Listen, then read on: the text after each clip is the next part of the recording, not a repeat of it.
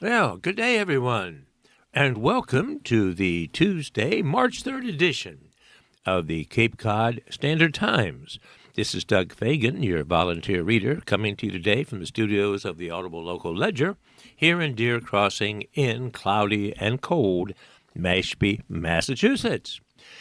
We didn't broadcast last week because of that miserable, god-awful storm, and nobody could have gotten in here anyhow to the studios. So it's good to be back with you this week. And what about that storm? Here we were in Mashpee and we were without power for 2.5 days. Fortunately, our neighbors across the street had a generator and invited us over for one night. And then after 2.5 days, the power came back on. That seemed like an awfully long time, feeding the fireplace and having temperatures around 50 degrees inside, or 54. Sometimes getting up to 60, depending on how much wood we put in there, but still kind of miserable. You realize how bad you have it when you don't have any power. And I thought of those poor people in Ukraine who get bombed all the time and have no power in the middle of winter, and how miserable that must be for them. But anyhow, thank goodness our neighbors had us over and had a dinner there, a warm dinner, and that worked out well. And what a nice godsend to have that power back on. So I guess we were fortunate to be out only 2.5 days when, in fact, some others did not get their power restored until that Friday. But how miserable was that storm? And I think if I remember properly, last winter we only had about one measurable snowfall of about 4 inches. So this has been a winter to experience and to forget. Fortunately, maybe not this week, but next week we're going to have some temperatures in the 50s, which hopefully will pretty much begin a strong melting process for all this snow. So anyhow, that aside, I know we were all miserable during that, and we're glad to have January and February in our rearview mirrors. It's nice to have at least the beginnings of what we think will be the slow tread to spring here beginning in March. All right, let's go ahead and take a look at today's weather. A little strange today. As I said, it's kind of cloudy and cold, and the high today is only going to be 42 degrees. It's going to be, at least they say, a snow and rain mix possible in the afternoon for us here on the East Coast and in Eastern Mass compared to Western Mass, where they're under a winter storm warning again. So a little bit of snow and rain this afternoon. Tonight, an overnight low of 38. And Wednesday, with some rain tonight as well. Wednesday, we're going to get into the 50s, low 51.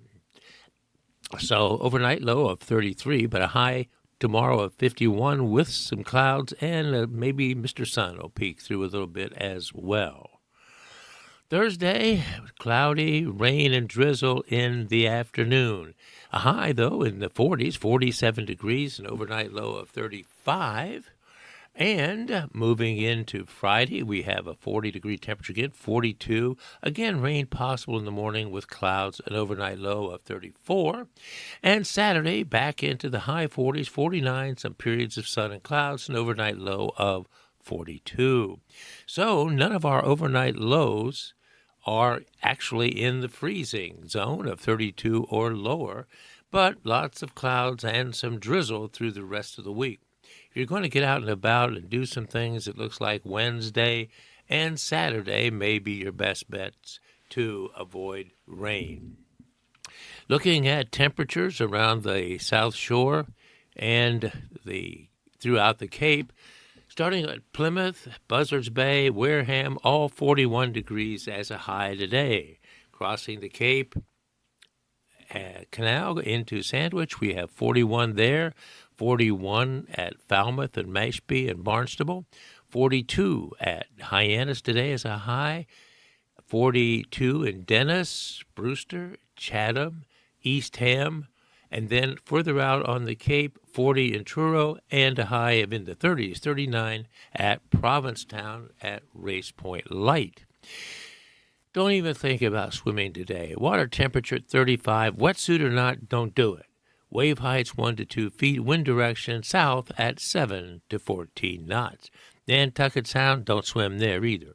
37 degrees, water temperature, wave heights minimal 1 to 3 feet, south-southeast winds at 7 to 14 knots. Okay, let's go out to the islands. Rainy and drizzle today there on both Nantucket and Martha's Vineyard. Oak Bluffs and Edgartown will have a high of around 42 to 43 degrees today. Nantucket Village 42 and Secaucet out on Nantucket at 44 degrees. So at least we're not in a winter storm warning, or we don't have a blizzard befalling us, but we are in for some cloudy, dreary weather. So again, if you're going out and about, Wednesday and Saturday might be the days to do that. All right, friends, without further ado, at the weather behind us, at least from the newspaper, let's take a look at what's going on around the Cape and the state, the region, and the world, of course. Big news with the war in Iran. But let's turn to page 1 and see what we have there.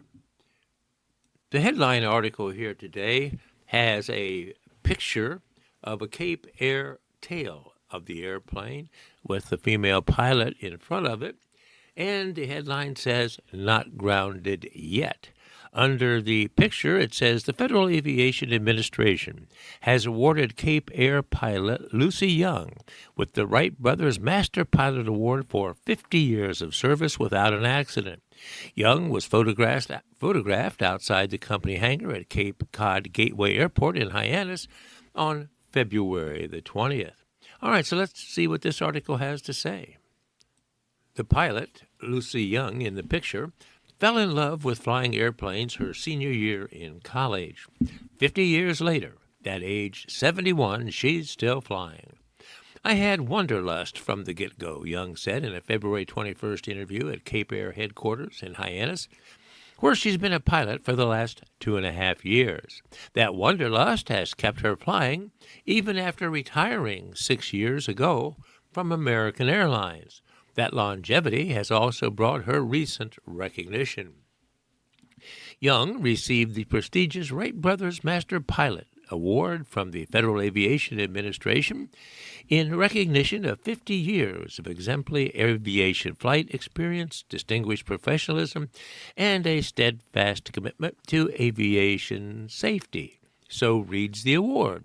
The award is given to pilots who have a combination of commercial and military experience and have demonstrated a commitment and contribution to the field of aviation.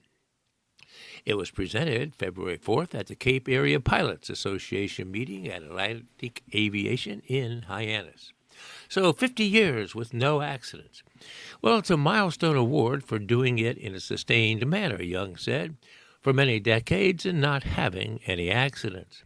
In addition to initially flying U.S. Navy planes around the country for several years, she listed all the commercial planes she has flown. First for Piedmont Airlines, which became eventually U.S. Air, U.S. Airways, and then American Airlines. She's flown the 737s, the 757s, 767s, and the Airbus 320s. Young added that the Airbus 320 was made famous by Captain Chesley Sully Sullenberger, who landed U.S. Airways plane in the Hudson River in New York City in the year 2009, thus saving all 155 passengers and crew members after the plane was hit by a bird strike in their engines. Young is a friend of Sullenberger, whom she had worked with, and he wanted real pilots for the subsequent movie called Sully in the year 2016. Young was then vetted and chosen to co-pilot a simulation flight, recreating the day of that disastrous flight, which appeared in the film and was used in the investigation of the accident. The simulations were done to see what kind of outcomes could be gained from the scenario where the birds failed both engines, she said.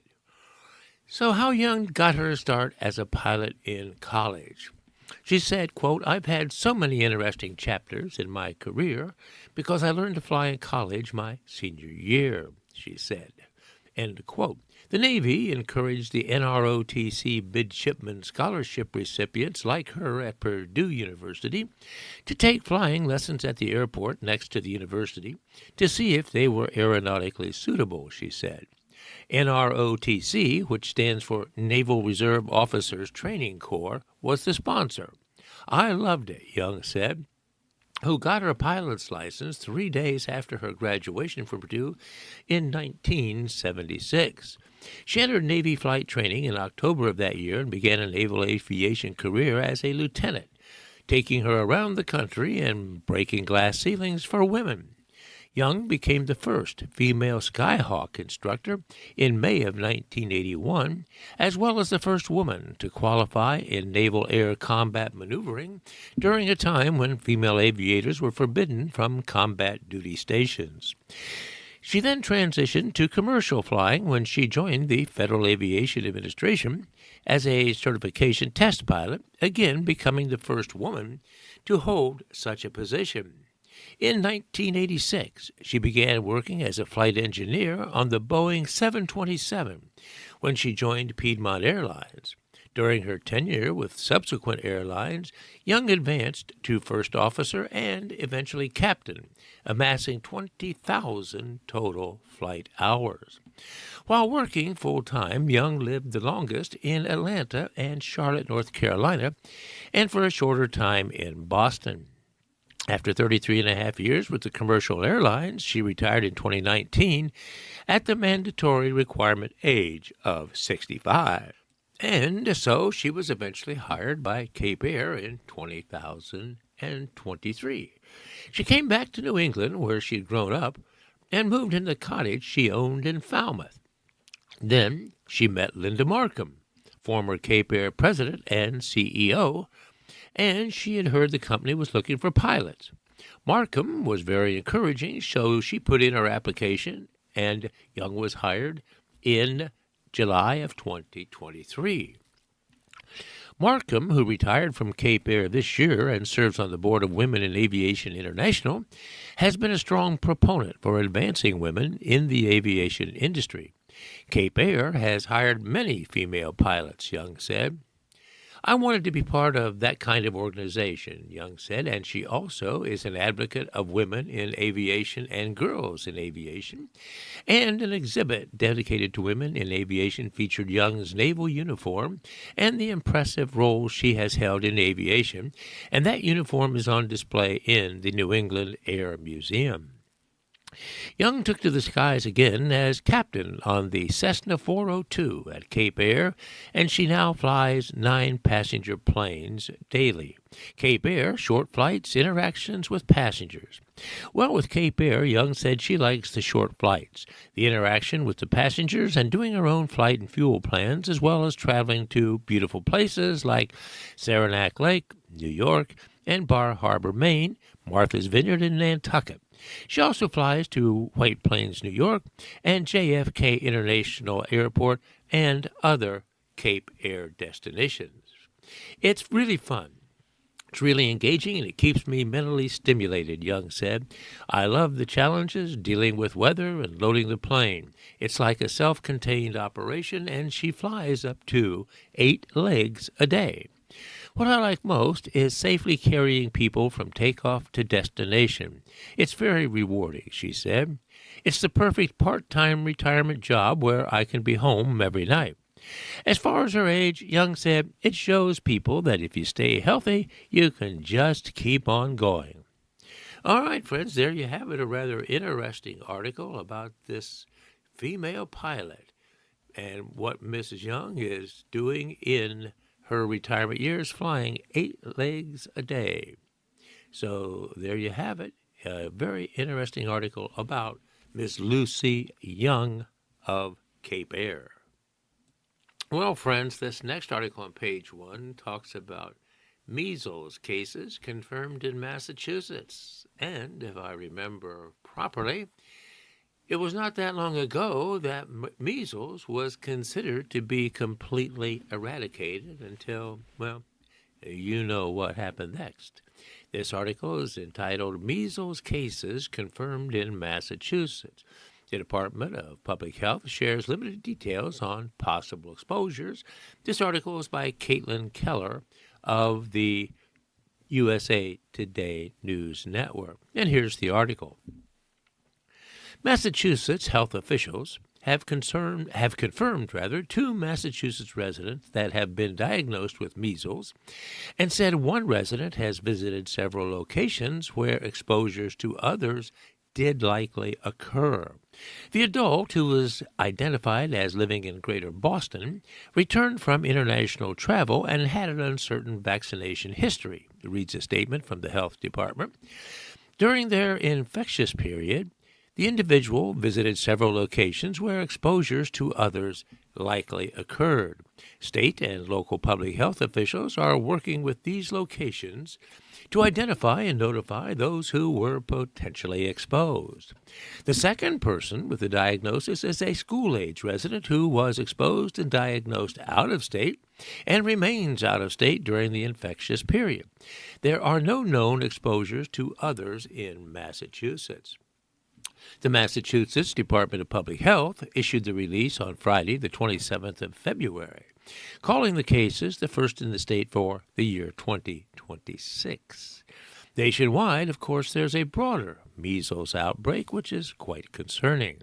Our first 2 measles cases in 2026 demonstrate the impact that the measles outbreak, nationally and internationally, can have here at home. Fortunately, thanks to rather high vaccination rates, the risk to most Massachusetts residents remains low. In a written statement provided by Public Health Commissioner Dr. Robbie Goldstein, measles is the most respiratory contagious virus and can cause life-threatening illness. These cases are a reminder of the need for health care providers and local health departments to remain vigilant for cases that appropriately public health measures can be rapidly employed to prevent their spread in the state. This is also a reminder that getting vaccinated is the best way for people to protect themselves from this disease. As of the middle of February, there were 20 states reporting measles cases in this year, 2026. They are Arizona, California, Florida, Georgia, Idaho, Kentucky, Minnesota, Nebraska, North Carolina, North Dakota, Ohio, Oklahoma, Oregon, Pennsylvania, South Carolina, which was the epicenter of the outbreak, South Dakota, Utah, Virginia, Washington, and Wisconsin.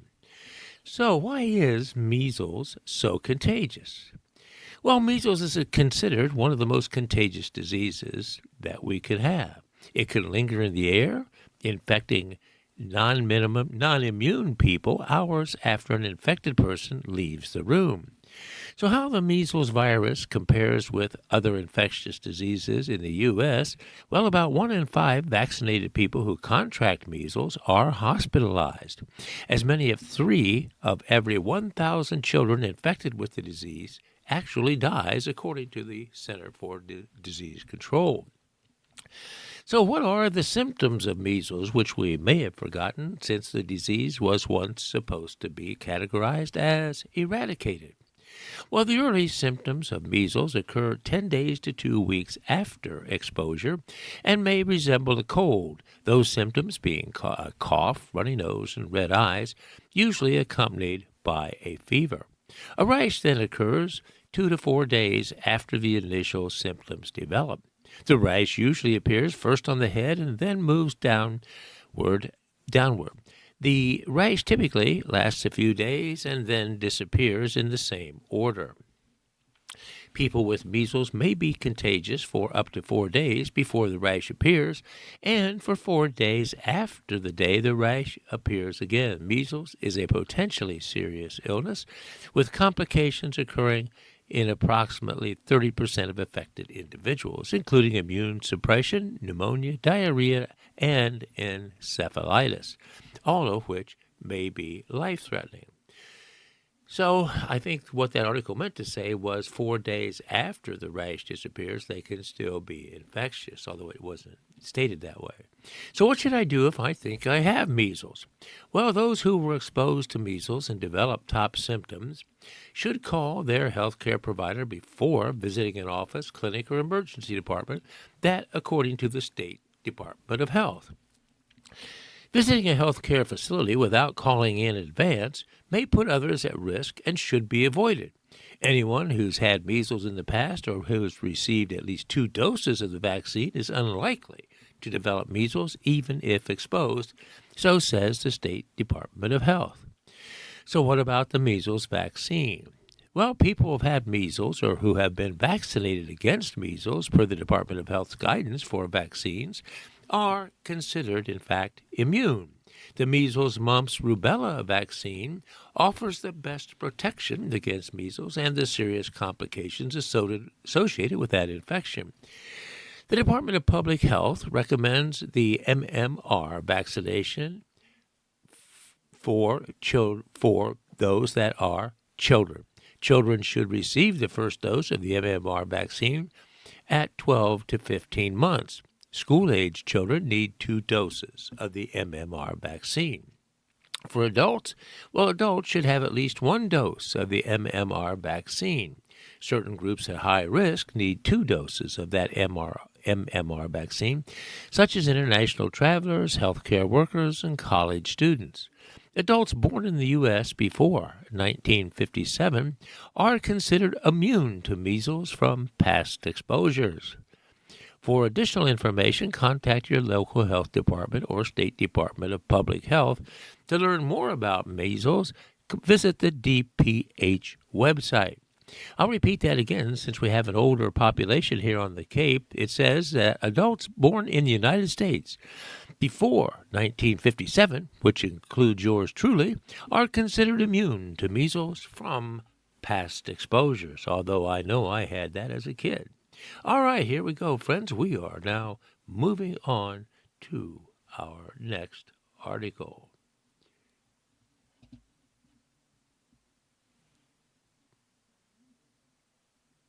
Well, we now move to page 3, the Cayman Islands page, and typically it has an article of local interest there, and it does indeed today have one such article.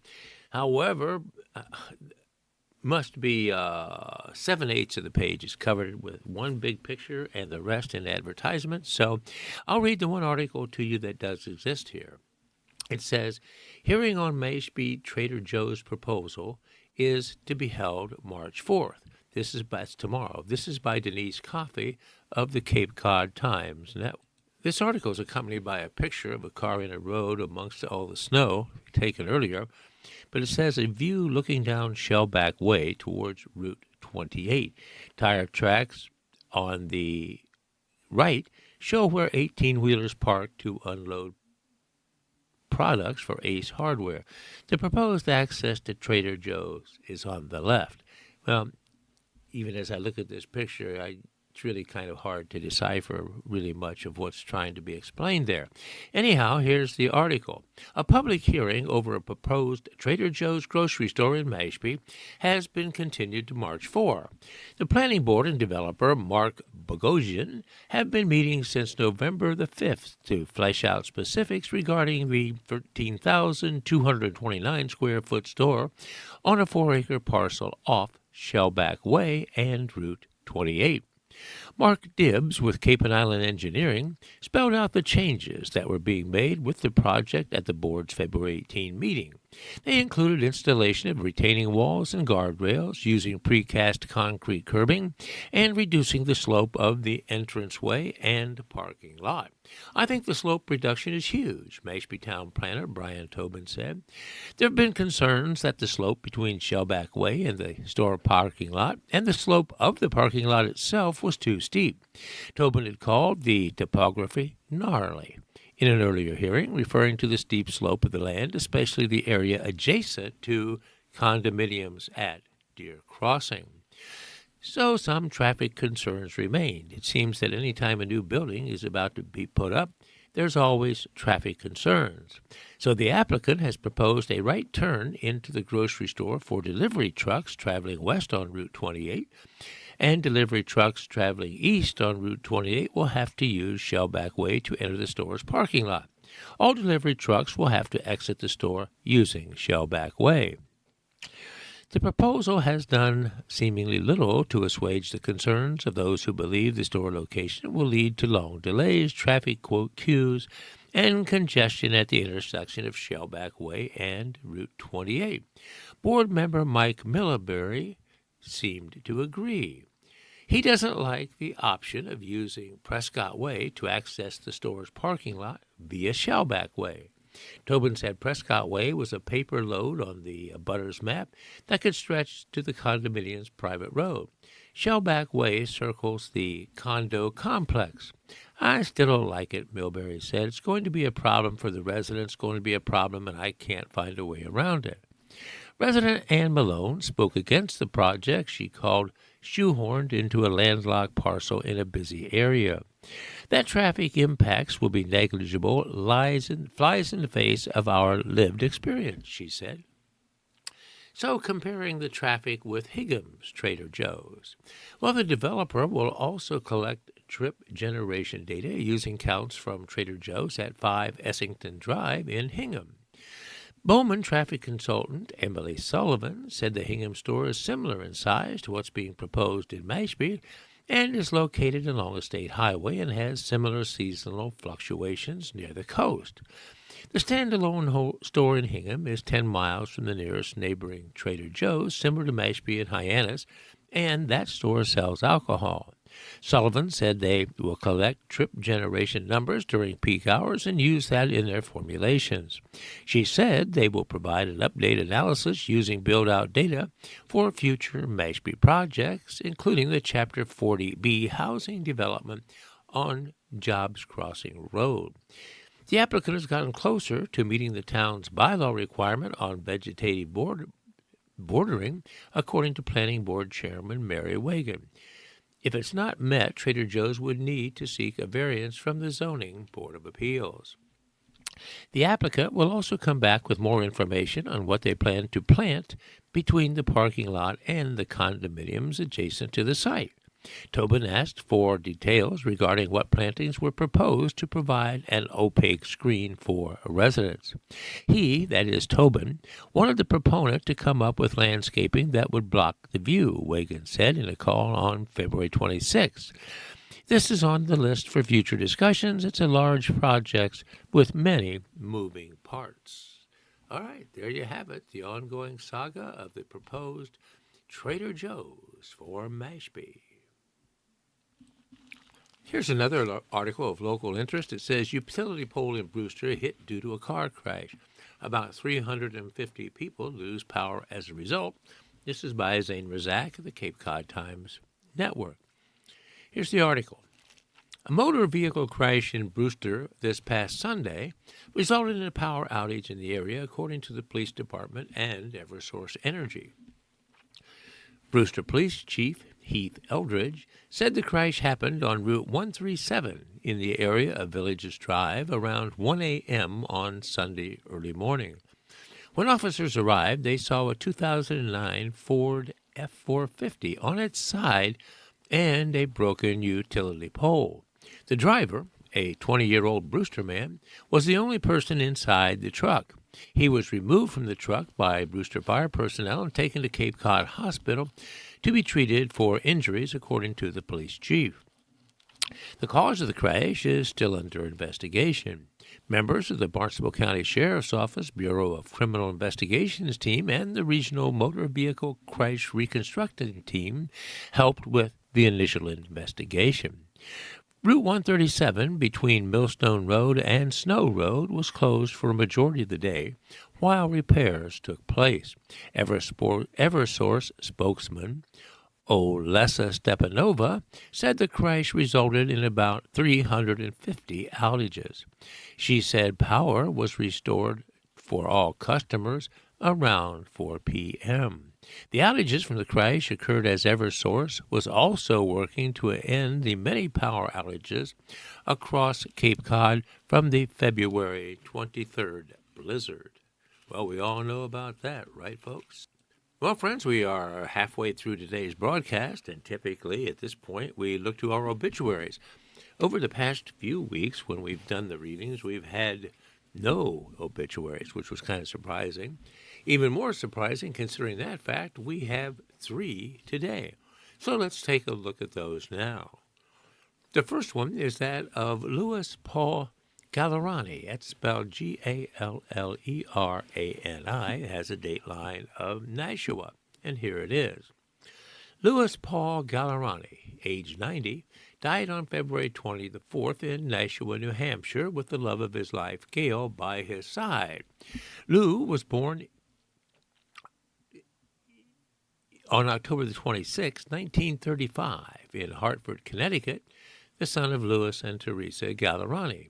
He grew up in Windsor Locks, Connecticut, and graduated with a B.S. degree in electrical engineering from the University of Connecticut, where he was a member of the Chi Phi fraternity. This was where he also met Gail. He asked her to help remove a sliver from his hand, and the rest is history. Lou and Gail were married in 1959 in Lexington, Massachusetts, and shared 66 years of marriage. They first lived in Burlington, Mass., and later settled in Carlisle, where they made their home for 54 years. Summers were spent at their home on Cape Cod.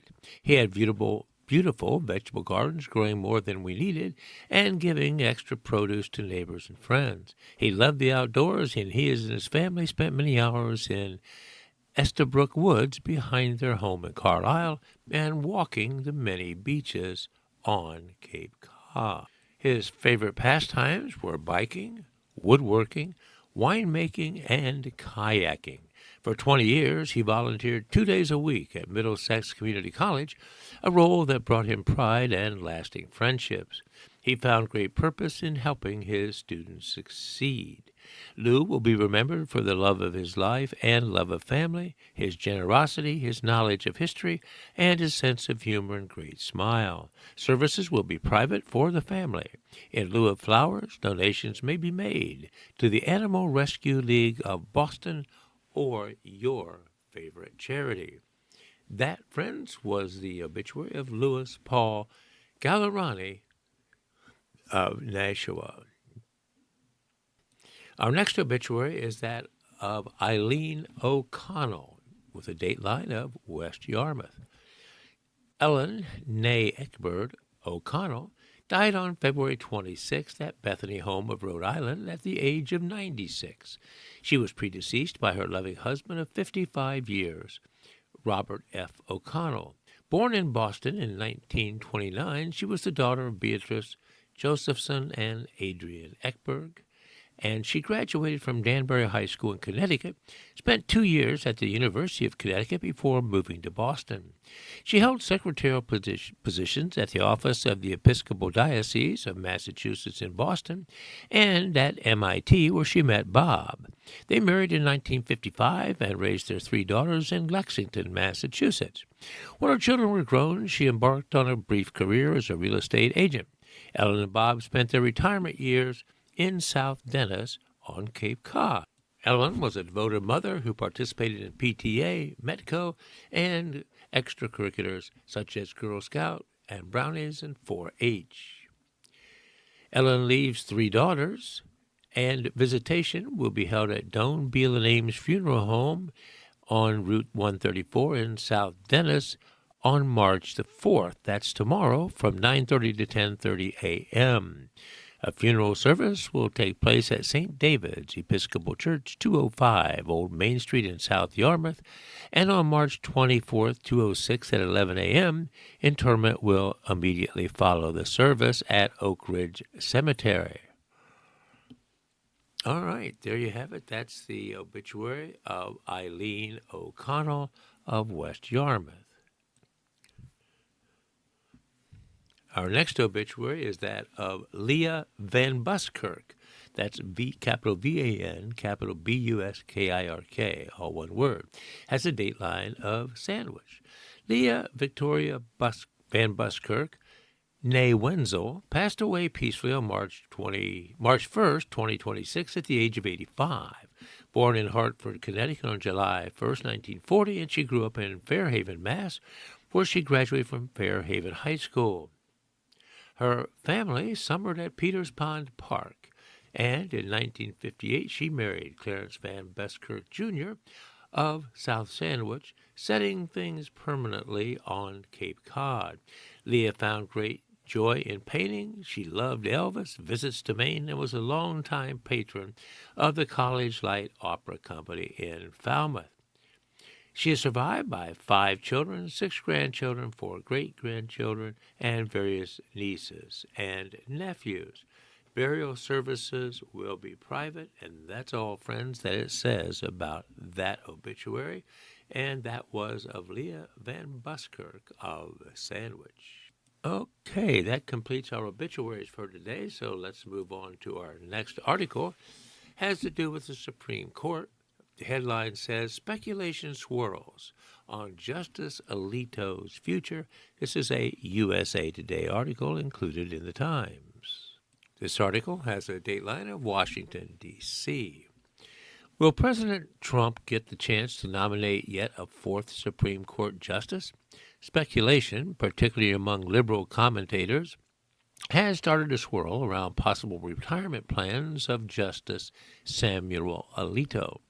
Alito, the second longest-serving justice and one of the most conservative, joined the High Court 20 years ago. That is usually a very good milestone on which to retire, Melissa Murray, a law professor at New York University, said on an episode of the podcast Strict Scrutiny that she co-hosts. And if Alito wants to step down while Republicans control the Senate, he may not want to gamble on this year's midterm elections.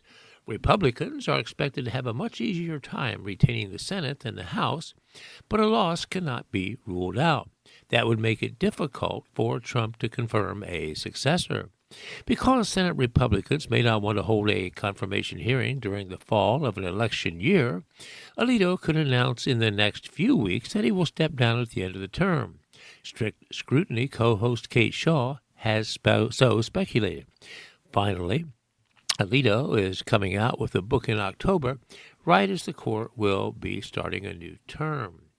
Steve Vladeck, a law professor at Georgetown University who writes about the court on Substack, called the publication date a pretty big tell since one can't exactly go on a book tour during the first argument session of the term. Books published in the last few years by Justices Ketanji Brown Jackson and Amy Coney Barrett were published in September, allowing time for the justices to promote them before diving into a new term. But court watcher and lawyer David Latt, who writes about the law, wondered recently whether an October publication date is a sign that Alito is staying put. Book buyers are much more interested in what a current justice has to say as opposed to a retired one, Latt wrote on Substack. I could see Justice Alito not wanting to step down until well after publication. And in a recent assessment of the chances for a Supreme Court vacancy, Washington consultant Bruce Mehlman noted that all the justices are well below the average age of 79 for those who stepped down in recent years. Alito will be 76 in April. Mehlman also wrote that Alito, along with Justice Clarence Thomas, are among Trump's most reliable voters on the court. And while the president retains massive sway with congressional GOP, his ability to demand fealty on future nominations may be diminishing, Mehlman said on Substack. But Mehlman also pointed out that 8 of the past 10 presidents have had at least one Supreme Court opening in the first 2 years of their term. Trump, during his first term, nominated Neil Gorsuch to fill the seat that became vacant during President Barack Obama's last year when Justice Antonin Scalia died. Trump nominated Brett Kavanaugh to replace retiring Justice Anthony Kennedy in 2018. He nominated Barrett to replace Justice Ruth Bader Ginsburg, who died in 2020. Only 3 presidents since the 1950s, Eisenhower, Nixon, and Reagan, got to fill more Supreme Court openings. If Alito does step down, Trump would have the chance to appoint a much younger justice who could help maintain the court's conservative majority far into the future. The only sitting justice who has served longer than Alito is Thomas, who is among the longest-serving justices in history. Thomas could set the record if he stays through May of 2028, a reason some court watchers do not expect him to step down anytime soon. All right, that concludes that article. All right, friends, that pretty much runs the gamut of any local or regional articles we have. So we'll now move into articles that reference the national news. Obviously, everyone knows that since the weekend and the U.S. and Israeli combined strike on Iran, that's the big news lately. And this next article is no exception. It is headlined by the statement, U.S. on high alert for attacks by Iran. Agencies cite potential for retaliatory strikes, and this is a USA Today article. Underneath a picture of a crew member signaling a jet on a aircraft carrier, it says the FBI and the Department of Homeland Security have announced they are on war footing over whether U.S. strikes would prompt Iran and its proxy forces to seek revenge. Okay, this has a dateline of Washington, does this article, and here it is. Federal counterterrorism agencies are on high alert for potential retaliatory strikes and attacks on U.S. soil after U.S. and Israeli forces launched strikes on Iran that killed the nation's supreme leader, Ayatollah Ali Khamenei, and other top officials. The FBI and the Department of Homeland Security have both announced they are on war footing, as they've been in the past, over whether U.S. strikes ordered by President Trump on Iranian targets would prompt the Tehran regime and its proxy forces to seek revenge. And while officials from both agencies declined to comment to USA Today on March 1 about their heightened operations, veteran Iran watchers said there is good reason for them to be worried. Iran has developed this capability to carry out attacks abroad over many years, including in the United States, so said former FBI and Treasury Department counterterrorism official Matthew Levitt. If there was ever a time the regime would want to act on it, it would certainly be now. Already, Iran has responded with a wave of retaliatory strikes across the Middle East, including targeting countries hosting U.S. military bases such as Bahrain and the United Arab Emirates. Iranian President Masoud Pezeshkian vowed March 1 that bloodshed and revenge is Iran's legitimate right and duty. At least 4 American service members have been killed in the ongoing conflict so far. The Iranian regime has that was added by 2 more to 6. The Iranian regime has a long history dating back at least 46 years of assassinations and other terrorist plots on U.S. soil and against Americans overseas. Those include pilots disrupted by the United States against Iranian dissidents. Those include plots disrupted by the United States against Iranian dissidents and against Trump and his former National Security Advisor, John Bolton, in response to a 2020 military strike that killed military leader General Qasem Soleimani. The United States went on high alert on June 22nd over concerns of retaliation from Tehran after the bombing of 3 Iranian nuclear sites a day earlier. Major U.S. cities from New York to Los Angeles stepped up their security, and the U.S. government issued warnings to U.S. citizens at home and abroad. Washington's intervention in the so-called 12-day war last year between Iran and Israel prompted the FBI and DHS to issue terrorism advisory warnings of potential Iranian attacks in the U.S. It also spurred the FBI to pull many agents from one of Trump's top priorities, immigration and mass deportation efforts, back to counterterrorism in anticipation of potential attacks, Levitt wrote in an article for the U.S. Army's Combating Terrorism Center this past August. At the time, federal officials advised their state and local government counterparts to be especially vigilant for potential domestic plots in the states. One DHS National Terrorism Advisory Systems Bulletin warned that Iranian conflict is causing a heightened threat to our environment in the United States. The bulletin warned that terror plots weren't the only concern. Cyber attacks against U.S. networks by pro-Iranian hacktivists are likely, with other attacks possible by the Iranian government, so said that particular bulletin.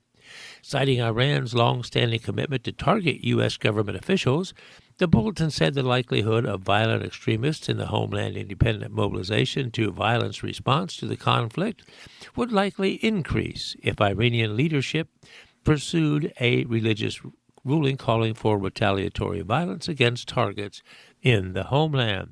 On February 28th, FBI Director Kash Patel said the Bureau is fully engaged on the situation overseas and that he has instructed the FBI's counterterrorism and intelligence team, including its 200-plus joint terrorism task forces across the country, to be on high alert and to mobilize all assisting assets of security that may be needed. Our JTTFs throughout the country are working 24/7, as always, to address and disrupt any potential threats to the homeland, Patel said on X. While the military handles force protection overseas, the FBI remains at the forefront of deterring attacks here at home, and will continue to have our team work around the clock to protect Americans. Patel called on everyone to please report anything that may seem suspicious to law enforcement via the FBI's tip line. Homeland Security Secretary Kristi Noem said DHS is on similar heightened alert for potential U.S.-based attacks. I am in direct coordination with our federal intelligence and law enforcement partners as we continue to closely monitor and thwart any potential threats to the homeland, so said Noem on X. Officials from both agencies told USA Today they could not comment beyond what Patel and Noem had already announced. In November of 2024, federal prosecutors in the Southern District of New York charged 3 men in a murder-for-hire plot against a U.S. citizen of Iranian origin. One of them, Iran-based operative Farhad Shakeri, was also charged with being directed by Iran and the IRGC with surveilling and plotting to assassinate Trump in revenge for Soleimani's assassination, that according to a Justice Department criminal complaint. Also indicted were Carlisle Pop Rivera, 49, and Jonathan Lodahl, 36, both of New York. Another man with ties to Iran, Asif Merchant, on trial in New York, accused of taking part in a 2024 terrorist attempt and a plot to kill Trump. Bolton, the former top Trump aide who has been one of Iran's top U.S. target, said March 1st he could not comment on whether he is receiving special protection from the FBI or Secret Service, as he has in the past. Bolton said he was given numerous duty-to-warn intelligence alerts by the FBI in recent years, following confirmed Iranian threats to his life because of his role in the Soleimani assassination. Those were deemed so serious that the FBI asked the Biden administration for special Secret Service protection for Bolton beginning at Thanksgiving of 2021. It lasted until Trump ordered it canceled on his first day back in office in 2025 because of his falling out between Trump and his aide Bolton after publications of Bolton's tell-all memoir about his time in Trump's term. All right. The U.S. on high alert, understandably so. Again, referencing the new war with Iran, this article says Iran war poses new risks to United States economic resilience. Oil prices surge as the Middle East war widens. This is a Reuters News Network article and has a dateline of Washington, D.C. Here's the article. A U.S. economy that has weathered a year of trade, immigration, and other shocks now faces a new test, likely to ratchet up uncertainty after President Trump's decision to launch open-ended attacks against Iran with the stated goal of toppling the Middle Eastern country's long-ruling Islamist government.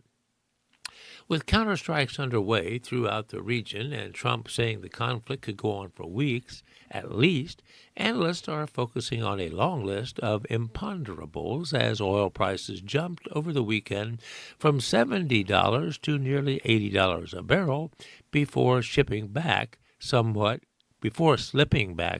and shipping through the strategic oil lanes in the Strait of Hormuz began grinding down. The Strait of Hormuz is now down to any ships going through.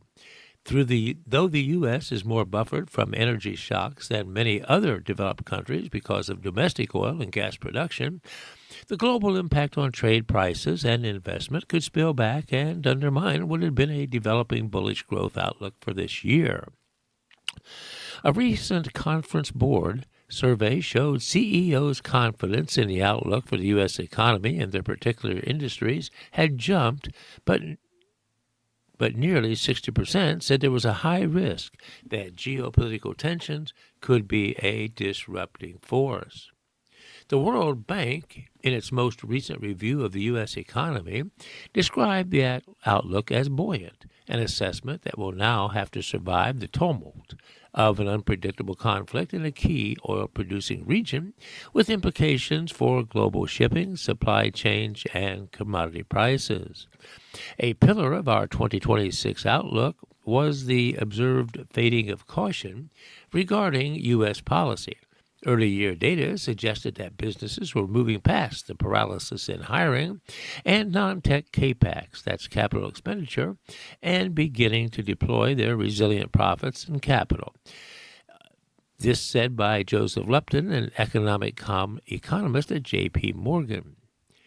The bombardment over the weekend and the beginning of the war will certainly have impacts on the U.S. economy. Okay, friends, let's move for a moment into something on the lighter side of news and items in the paper, taking a quick look at some items in the sports world. As you know, March Madness will be coming up on us in a couple weeks, the annual college tournament to play for the national championship eventually. So let's take a look at the top teams in college basketball, maybe looking at the first 15. Number 1 is Duke, followed by Arizona, who had a big win last night over a strong Iowa State team. 3 is Michigan. 4 is our own local UConn Husky team. 5, Florida. 6, Houston. 7, Iowa State. 8, Michigan State. 9 is Nebraska. 10, Texas Tech. 11, Illinois. 12, Gonzaga, 13, Virginia, 14, Purdue, and 15, Kansas.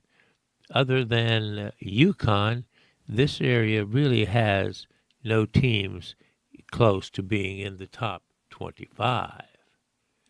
First time I've seen this listed, World Golf Rankings. If you're interested in that, the top 10 people here are Scottie Scheffler at number 1, Rory McIlroy at 2, Tommy Fleetwood 3, Justin Rose 4, Colin Morikawa is the 5th rated golf pro, Chris Gunner up 6, Russell Henley 7, Ruben McIntyre 8, Xander Schauffele 9, and J.J. Spaun is the number 10 rated pro golfer worldwide.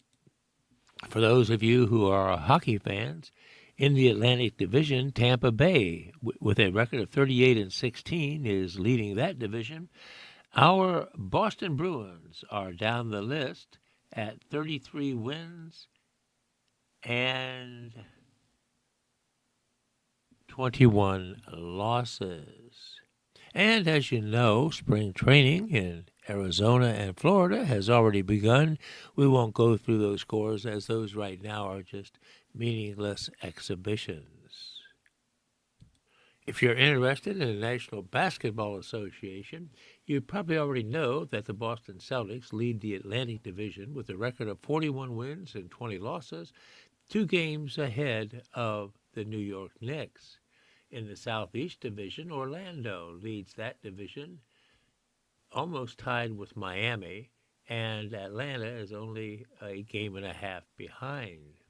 In the Central Division, the Pistons have rebounded, and they are leading the pack with a record of 45-14, 8.5 games ahead of the Cleveland Cavaliers. Southwest Division, the Spurs of San Antonio lead that division by 5 games over Houston. In the Northwest Division, Oklahoma City, which doesn't seem very northwest, leads Minnesota by 8.5 games. And the Pacific Division, the Lakers, with a record of 36-24, are 2 games ahead of the Phoenix Suns. All right, there you have a quick look generically at sports across the country. Friends, we should now, as we near the end of today's broadcast, take a quick look at the various lotteries in Massachusetts, looking first to the 2 big ones, Mega Millions and Powerball. Mega Millions has a jackpot of $473 million. Powerball is at $20 million, meaning someone has recently won. So taking a look at the winning numbers for Powerball, which the most recent drawing was held yesterday, those numbers were 2, 17, 18. 38, 62, and 20. 2, 17, 18, 38, 62, and a Powerball of 20.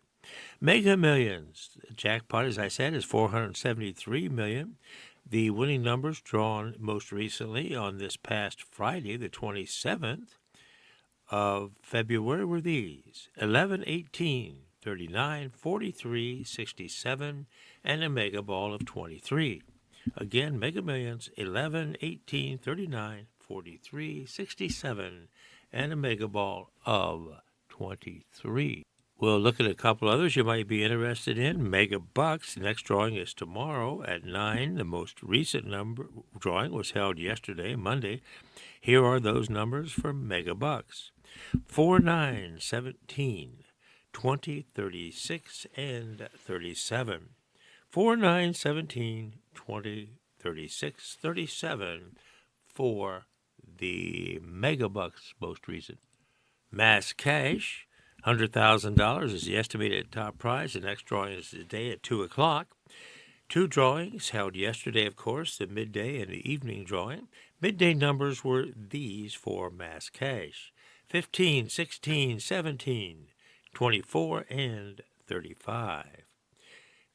15, 16, 17, 24, and 35, midday number drawing yesterday for Mass Cash. The evening drawing for Monday 3/2, that's March 2nd, were these: 11, 17, 19, 28, and 32. 11, 17, 19, 28, and 32 for the evening Mass Cash. And finally, the numbers game. Midday yesterday drawing numbers were these: 6399, 6399, and for the evening drawing for the numbers game were these: 8675, 8675, the evening drawing yesterday for the numbers game. All right, that concludes our look at the lotteries. Well, friends, we're going to end today's broadcast with a couple quotes relative to the month we've now joined, which is March. But first, a reminder that next Sunday, or rather this coming Sunday on March the 8th, we'll begin daylight saving time. So you're going to be springing forward with your clocks to give yourselves more daylight time. Here's an interesting quote by Ralph Waldo Emerson. It says, "Our life is March weather, savage and serene, all in 1 hour." Another one by Sarah Coleridge. "March brings breezes loud and shrill, stirs the dancing daffodil," some of which have already begun to come up before covered with 2 feet of snow. Here's an interesting one by Oscar Wilde. "March, you are beautiful when you are happy." Well, that makes sense, too. And finally, this one from Anamika Mishra. "I love March, as it gives me hope that new beginnings are always beautiful." Interesting indeed. All right, friends, that concludes today's broadcast of the Tuesday, March the 3rd edition of the Cape Cod Times. This has been Doug Fagan, your volunteer reader, signing off for you today from the studios of the Audible Local Ledger here in Mashpee, Massachusetts. I thank you for the privilege of your time. It's been my pleasure to be able to read for you today, and I look forward to doing so again for you next Tuesday, the 10th of March. And we will be in daylight savings time. So until then, friends, stay happy, stay healthy, and so long for now.